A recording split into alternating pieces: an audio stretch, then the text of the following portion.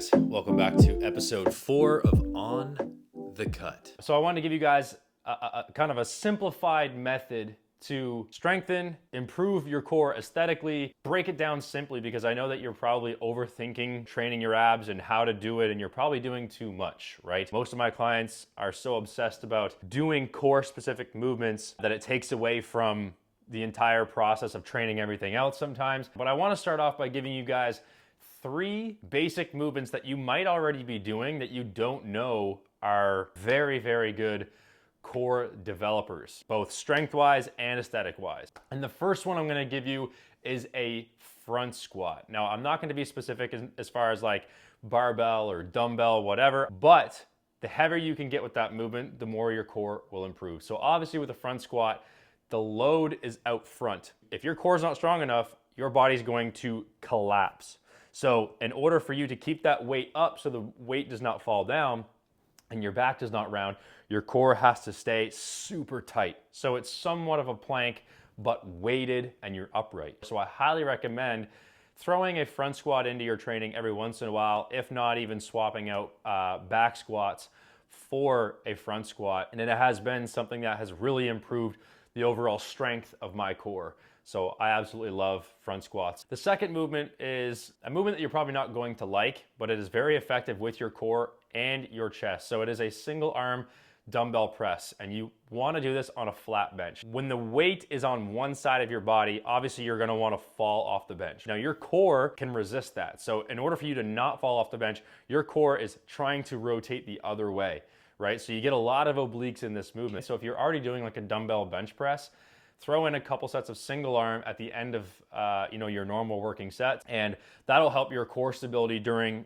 all of your presses, really. Another movement that I absolutely love for my core, something I haven't really done a lot up until recently, single arm kettlebell swing. And the reason why I like a single arm kettlebell swing over a 2-arm is because, again, just like the chest press, overall weight is offset. So your core has to do a little bit more work to stabilize and keep everything aligned versus doing both arms at the same time. Anything that's a little more dynamic when it comes to core training is just so much more, better than something that's you're just laying on the floor. And planks are a great place to begin. Crunches are a great place to begin because your core is largely developed off of all of the movements that you do as a whole, right? A lot of things like deadlifts, overhead presses, squats, all need your core to be highly active, and they need your core to be strong. What happens when we get stronger? Your muscles actually grow, so your core is actually going to develop a little bit aesthetic-wise as well. Not everyone's genetically gifted to have a great looking core, so I do believe there are some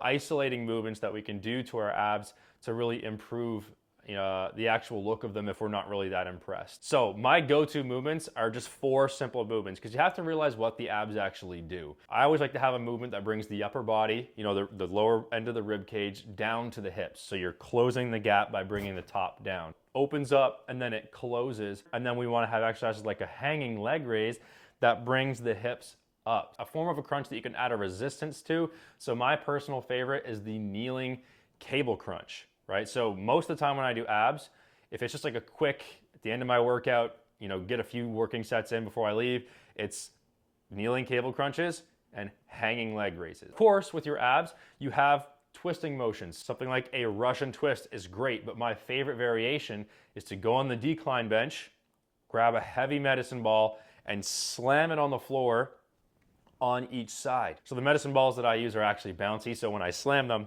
they come back up. And that slamming, not only an athletic explosiveness into your core, but you're still moving like a Russian twist to get those obliques popping out and giving you that V. Now, another style of movement that I love to use is different variations of a plank. My favorite one is a plank on an exercise ball or a stability ball, something that adds a little more instability to it, so you have to control it. There comes a point where just a regular plank holding it there, quite easy. Like sometimes you'll be there for 5, maybe 6 minutes. It's not really improving much other than that movement specifically. So I like to add a little bit more of a dynamic challenge to my planks. And like I say, a plank might do the trick for you, but once you get to a certain point, it's easy. So yeah, so that's my take on core training and just simplifying it. You know, and as far as like how often I would train my core goes, maybe once a week. But for the most part, I'm usually doing about 6 to 8 working sets. I don't always do all 4 exercises that I mentioned.